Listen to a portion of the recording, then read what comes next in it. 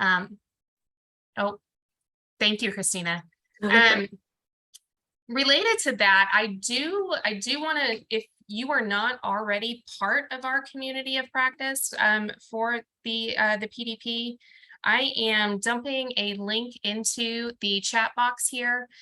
We invite you all as AACRAO members to join. You don't need to be currently using the PDP tool to join this community of practice. It is a community of interest as much as it is a community of practice. So if you are here with us today because you are interested in what we are doing in this space, so please go ahead and sign up there if you haven't already, and that will ensure that you get related communications and invited into these engagement events going forward. And with that, I am going to ask a few of our individuals on the call to introduce themselves as they will be helping to lead our discussion today. So Cassie, I would like to start with you. I'm going to turn the mic over to you if you can offer a self-introduction. Absolutely. Hi there, everyone. It's wonderful to see you all and hear of your interest in this community of practice. My name is Cassie Burns, and I serve as the Senior Project Manager at the Association for Institutional Research, so AIR.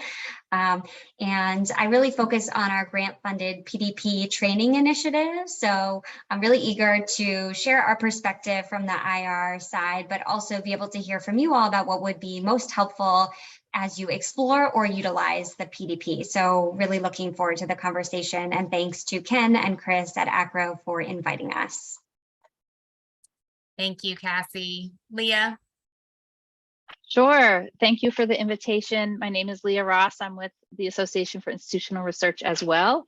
I'm the Associate Deputy Director and work with all of our grants and partnerships and education and professional development. So we've been involved with the PDP for quite some time, and it's really great to partner with AACRAO and to work with your community. So happy to be here.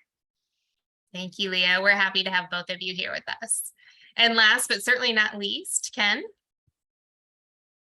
Hi, I'm Ken Sharp. I'm a senior consultant with AACRAO, and I'm working on this PDP initiative with the Gates Foundation, working with AIR, and basically, and I'll go ahead and transition here into the next part of what we're going to talk about, and that is the AACRAO activities around the PDP. Basically, we've been asked by the Bill and Melinda Gates Foundation to help facilitate implementation and utilization of the PDP. In particular, kind of focusing in on our community. They've done a lot of work with some other communities. AIR is heavily involved with these efforts and has done a great job of developing materials. I encourage all of you to take a look at the materials that they've developed. With that, jumping back to where we're focused, we're really focused on trying to help look at how to make use of this tool, not just as a compliance tool, but a much larger strategic enrollment management tool. How do we go ahead and integrate this into our existing efforts? So we've got the development of the communities of interest and practice that we're started in with. We're also have been doing a lot of research in terms of trying to identify the issues that institutions have when they try to go ahead and implement the PDP, and what kind of issues they're beginning to have as they're transitioning from, okay, I've loaded data files. How do I turn this into actionable information for our organization? We're also doing some direct work with institutions.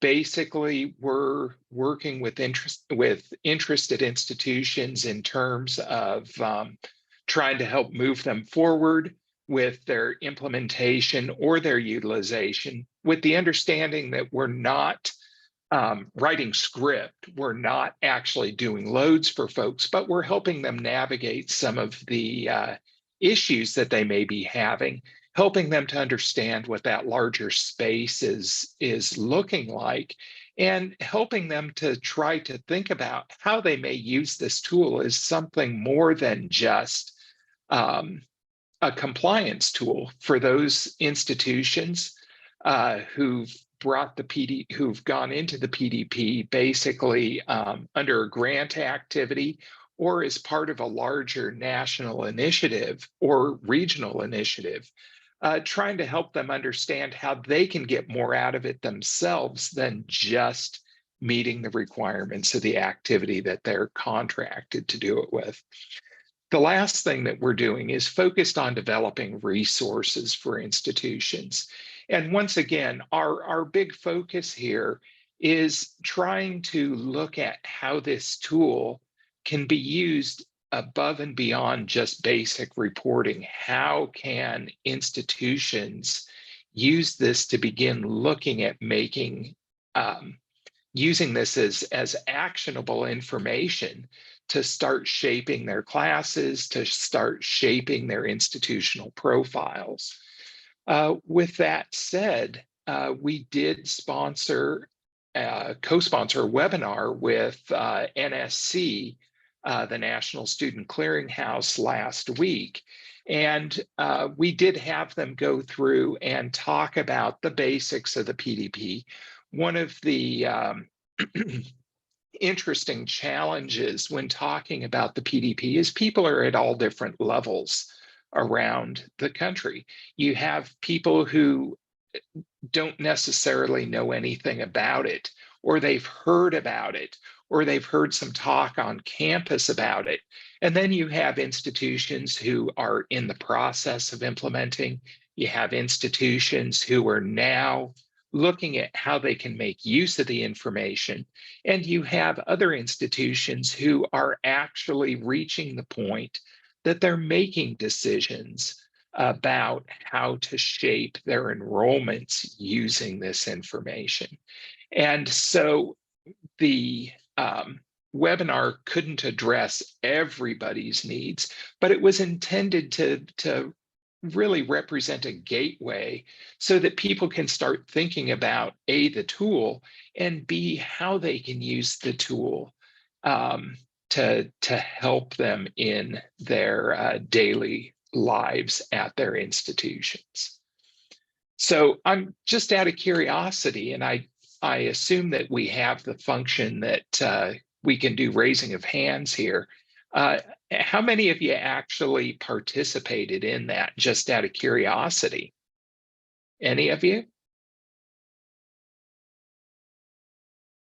And for those of you guys who are unfamiliar with how to raise your hand, if you look to the bottom of your screen, you'll see a navigation panel, and you should be able to see reactions. And what you want to do is click on that, and you're just going to raise your hand. It'll give you that option right there.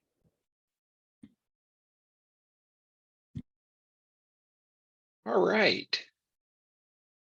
We've got Dina, Brandon. Okay. If you don't mind, and I'm not trying to put you too far out on a limb here, but I'm just curious what kind of reflection either of you would have on that webinar. Was it useful to you? Where are you in the process? And anything else that you think might help supplement that?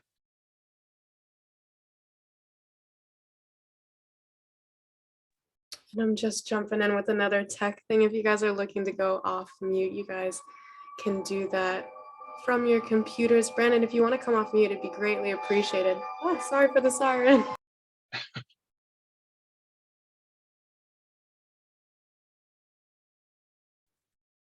It did look like Ava was maybe trying to come off mute. Oh, no worries, We have Brandon. a mic not working. Oh, okay. No problem at all. If nothing else, if you have an opportunity to drop one of us a line, we'd really like to hear your reflections on that activity. So please let us know. With that, Chris, one last thing I want to throw out there is if any of you are interested in, yes, by the way, the event was recorded. And Christina, do you know where that is? I've actually dropped a link to the recording in the chat. Thank you. So who was that? Joyce, you can find it there in the chat. If you have troubles, just direct message me and we'll get you there. Yeah, and this will be available about maybe 2 or 3 hours after the webinar has ended. Okay. One last thing that I want to throw in there is that if any of you are interested in having me have a discussion with your institution or with folks at your institution to help you move forward, please reach out and let me know. My email address is sharpk@acrao.org. And I'm dropping that into chat right now. Good, Ken? Okay, Chris? Okay, I didn't want to cut you off. No. I do want to mention again, I know there were a few of you that joined a little late, so please know that you are welcome to come off mute if you want to ask any questions or share any commentary throughout our discussion here. As Ken just alluded to, right, there's a lot that we're doing in this space, and part of the process and part of why we scheduled this community event is to continue to surface the needs amongst our member institutions of what is the support that's needed to really take a tool like the PDP and use it in an advanced strategic way. So, you know, throw any questions, even if you're not using it, but just thinking about it. This is part of the kind of learning amongst this community that we're hoping to accomplish with events like this. So with that, I'm going to turn it over to Cassie. AIR is an institution that is also putting a lot of focus and energy into this space. So it's organization, I call y'all an institution. So, you know, it's really intriguing to hear the perspectives from the IR side of the house and how IR and the registrar teams can work together with this tool. So Cassie, I will be quiet and I'll let you take it. Thank you, Chris. And hi again, everyone. I know some folks just joined, so I'll reintroduce myself just in case you didn't catch it at the beginning. But my name is Cassie Burns, and I serve as the Senior Project Manager at AIR, or the Association for Institutional Research, and I focus on our PDP grant-funded training initiatives. So again, really excited to take part in this conversation and really grateful for Chris and Ken in setting this up and inviting us here to be in community with all of you.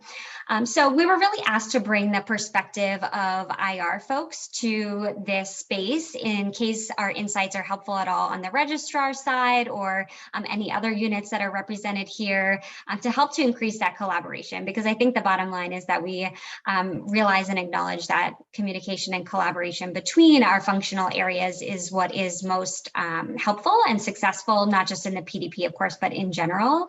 But there's a couple key points that we wanted to specifically be able to bring up. And the first one is related to the fact that each institution, as you all well know, is very unique. And with that said, not only is the relationship between IR and registrar and other offices unique, but so are the roles within them. And so it really depends. There's not like necessarily a one size fits all approach to the relationship between those offices, but they're as unique as the institutions are varied. So for example, within our association, we have member institutions who maybe have one professional who's serving as both the registrar and the director of IR. And maybe there are other institutions that have a really robust and significant team in each of those areas. And then of course, the many, many, many options that are in between those two kind of extreme examples. And so again, while there isn't one singular approach to that relationship because of the unique dynamics that exist at individual institutions, the investment in the relationship and the collaboration is really key. So we just wanted to name that piece because you all are coming from different seats and different kind of areas within the house.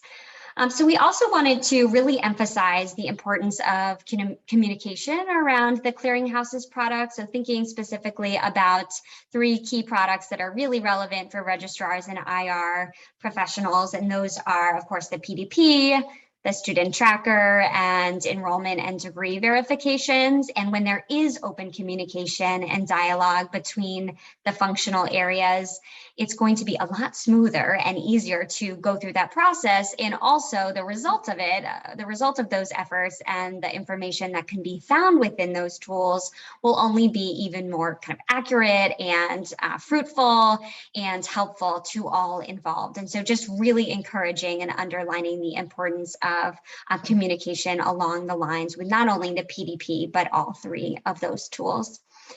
And then finally, something that I think for me personally has been especially exciting to hear about when we speak with IR colleagues across the nation who use the PDP is the potential that the tool has to really kind of unearth issues or silos or solve problems within the institution that may not have otherwise surfaced until they had to deal with it as part of the PDP submission or kind of use process.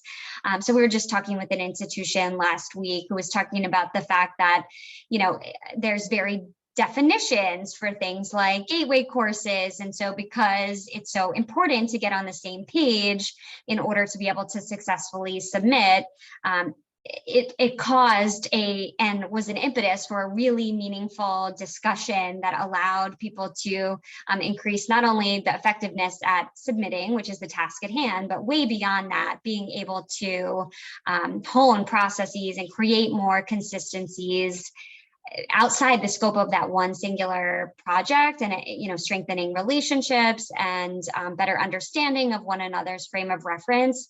So I think the encouragement that the PDP can provide in bringing people from different areas together around the same table to be able to solve those problems, because it does necessitate that, is a really exciting and potentially valuable takeaway that can happen as a result of kind of the collaboration that can happen there. So those are some of the key things that I wanted to be sure to mention. I'm going to invite my colleague Leah to fill in any gaps or share any additional thoughts that she might have from her end before I talk a little bit about our training initiatives. Thanks, Cassie. The other thing I was thinking of while you were speaking is, I think, a great area of overlap with the AACRAO and AIR communities and use of the PDP is that we're all very much interested in exploring questions around equity.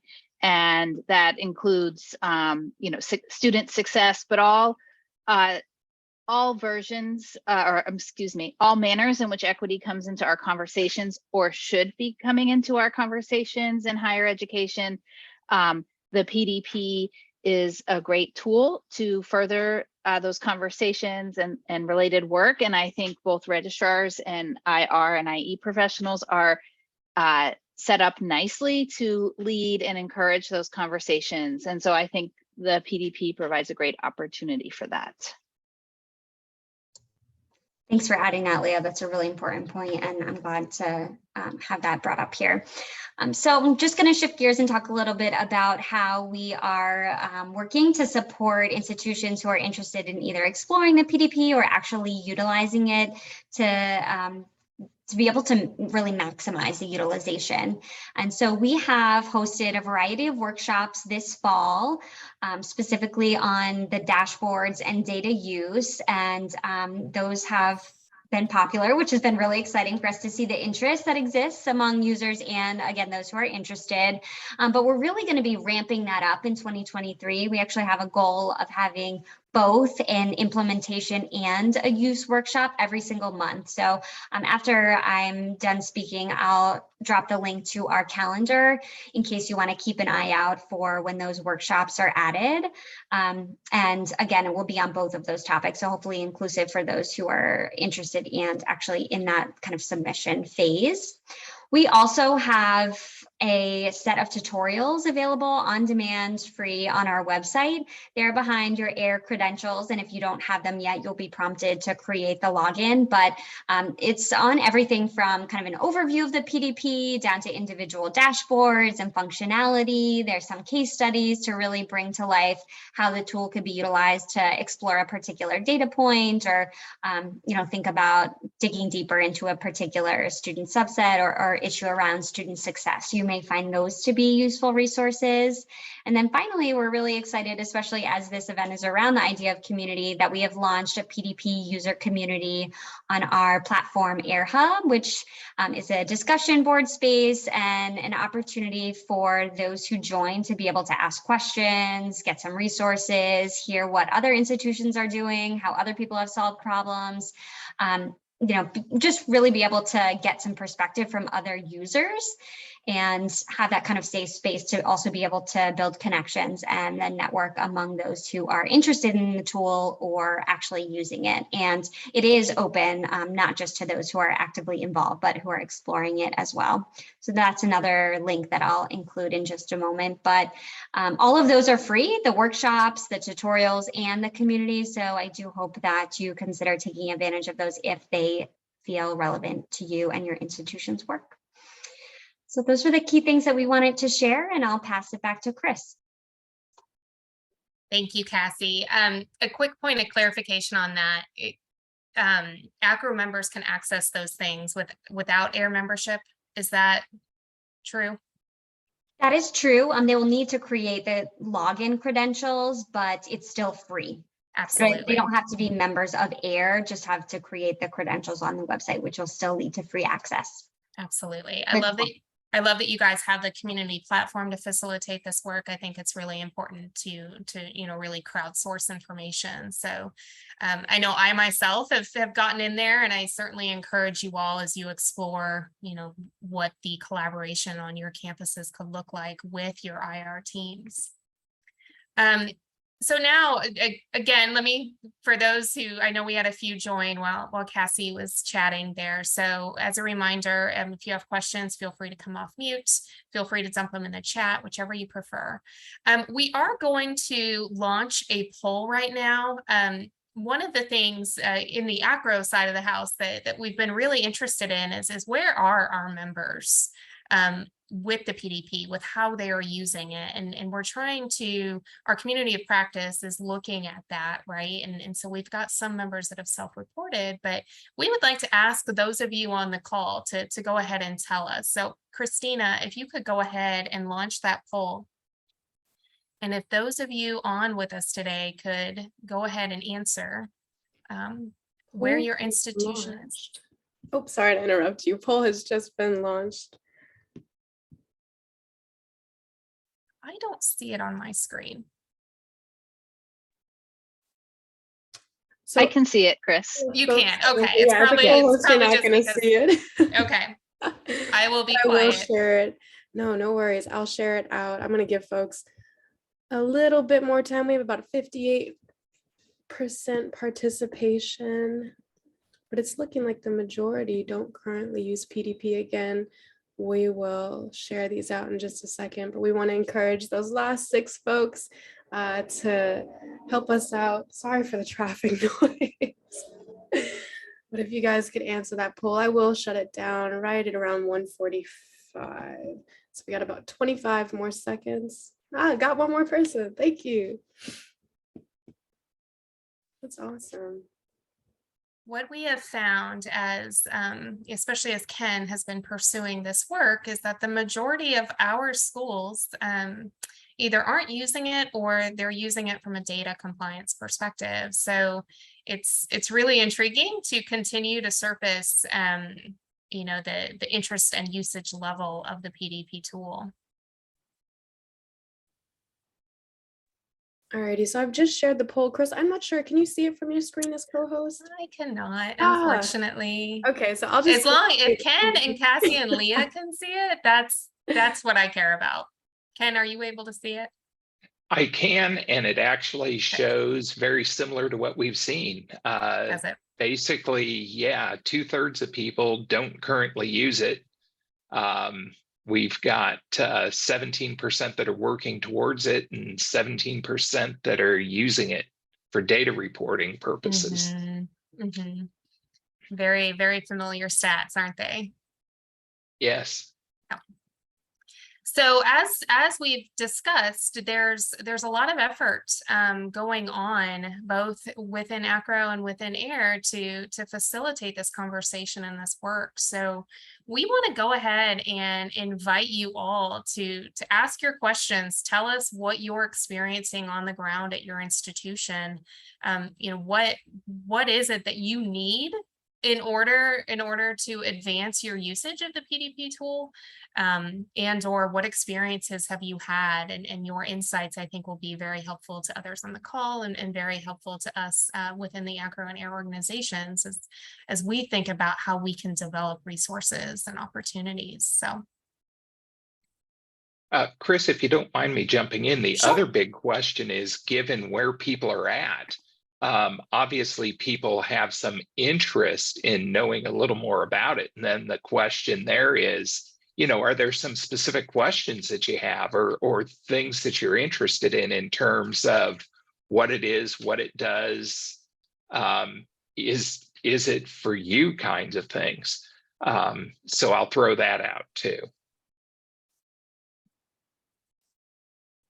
yeah, so those on the call, feel free to come off mute. If you prefer not to come off mute, feel free to dump your question in the chat. Either way is fine.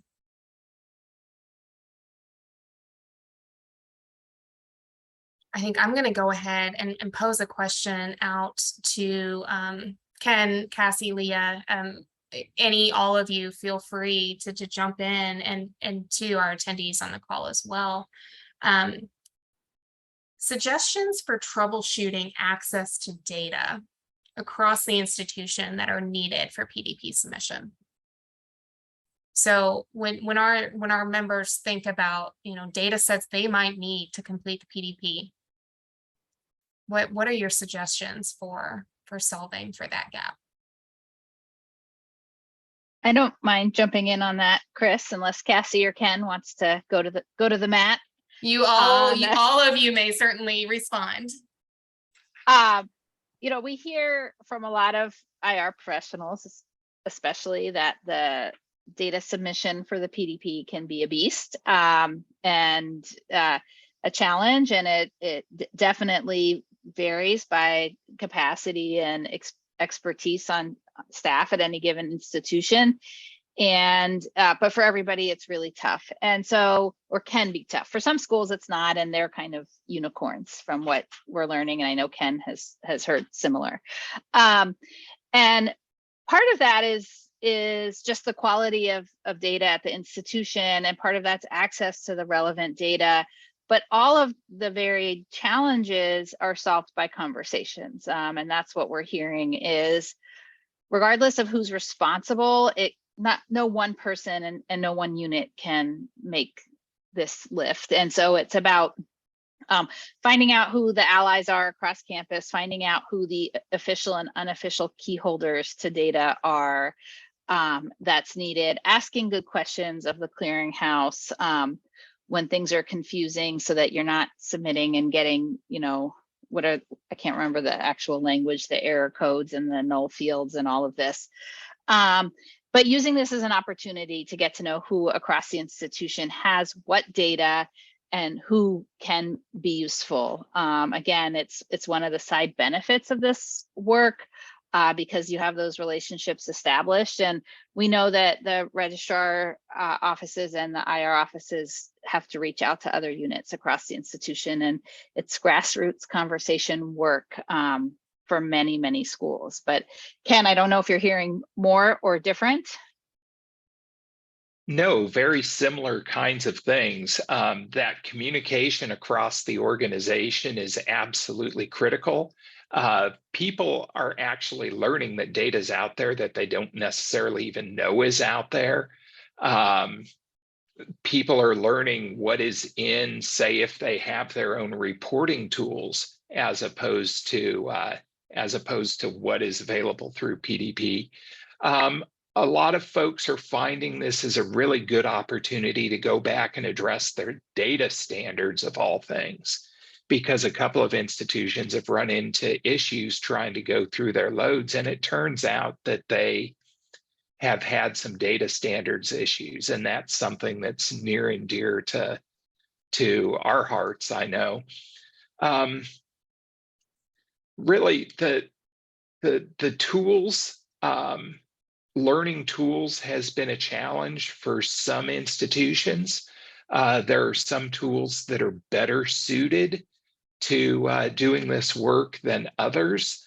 I think one of the most common things that I hear from institutions is, whatever you do, don't open your text file in Excel and resave it, because Excel is a wonderful tool, just not for preparing things to load to the clearinghouse, unless you know exactly how to avoid having it write it with leading zero. I mean, getting rid of your leading zeros and such. Let's see.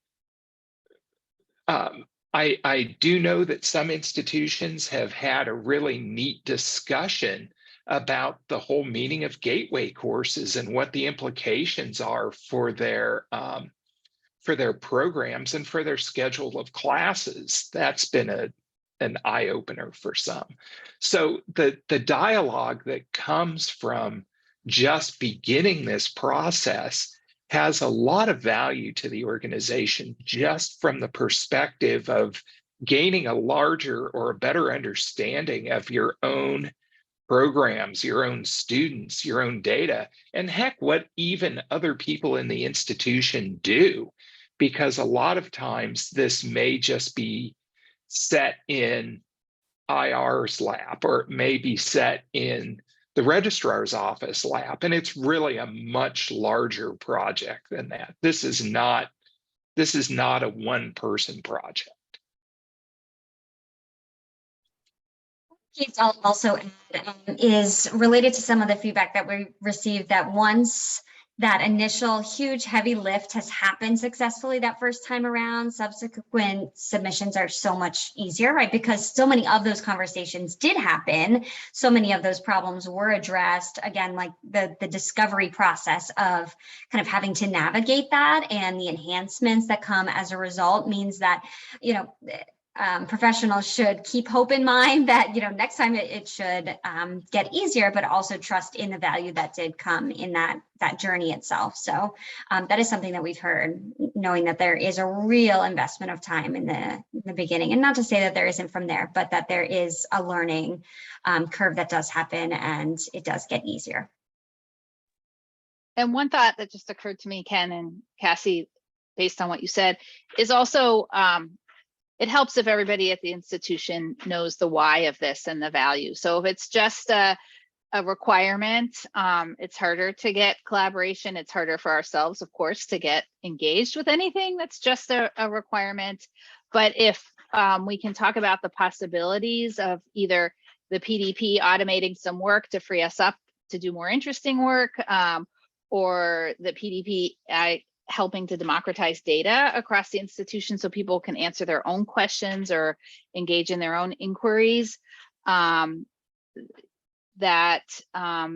there can be tremendous value. And once people understand the value, I think they're more likely to engage and to help.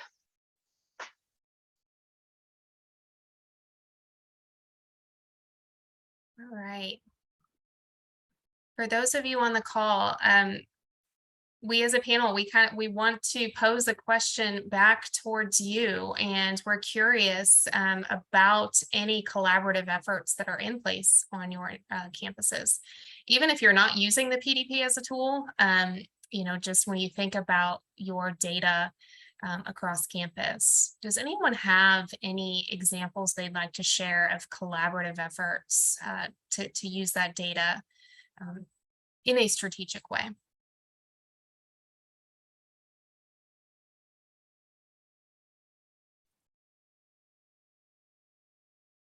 Quiet house.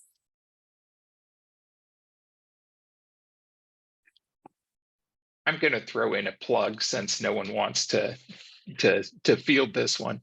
For those of you who are going to the SEM conference this year, we do have a college that is actually talking about how they're using the information that they're collecting in the PDP to inform their SEM plan and vice versa. So we do have an institution out there that is going to be sharing that at SEM this year. And Ken, we plan to do some work after that as well, right? To distill some of that knowledge out to our members. Absolutely, absolutely. Yeah, so certainly as we uncover these examples of schools using this tool in this way, that will inform our community practice efforts to advance the knowledge and just line of thinking around PDP utilization. But, I want to give an oh, sorry, go ahead, Ken. Oh, I was going to say that goes back to this basic idea of, you've got this tool that you may have on your campus or at your institution that you're collecting data in, once again, for compliance of some kind or another, because it's required by your state, because it's required by a grant that you're on or some other mechanism.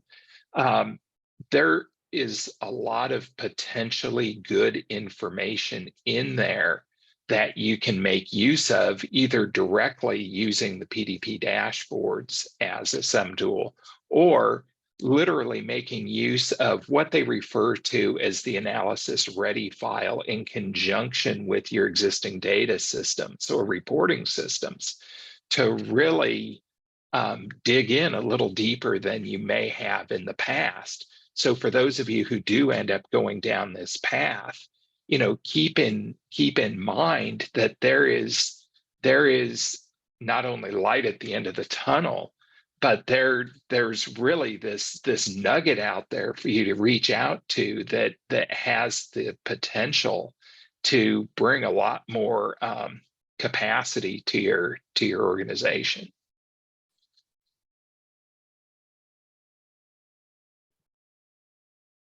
Okay. And Chris, do you mind if I come off mute real quick and actually ask a question to the audience and also to the panelists? No, go ahead. Because I'm curious to learn about the roadblocks. I know Cassie had mentioned that the onboarding certainly was heavy lifting towards the front. And how did you work with your team to manage that? And what were some techniques that were really helpful when getting up and over that roadblock?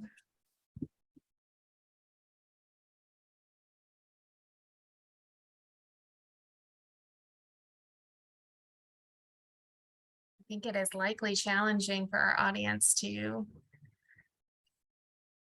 respond when many have told us they are not currently using the tool.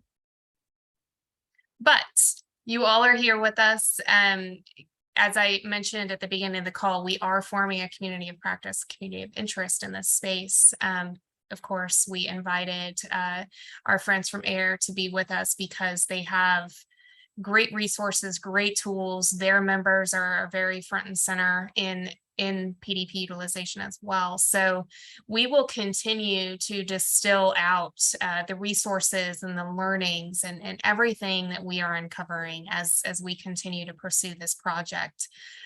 So if you haven't, as I mentioned in the beginning, if you haven't already joined our community of practice, we invite you to do so that you can stay up to date on what those opportunities are. That being on the list ensures that you get access to all of those materials. So I think unless there's any questions remaining, if anybody has any comments to share, I'll give just another 30 seconds. Otherwise, we'll give everyone a few minutes back to your day.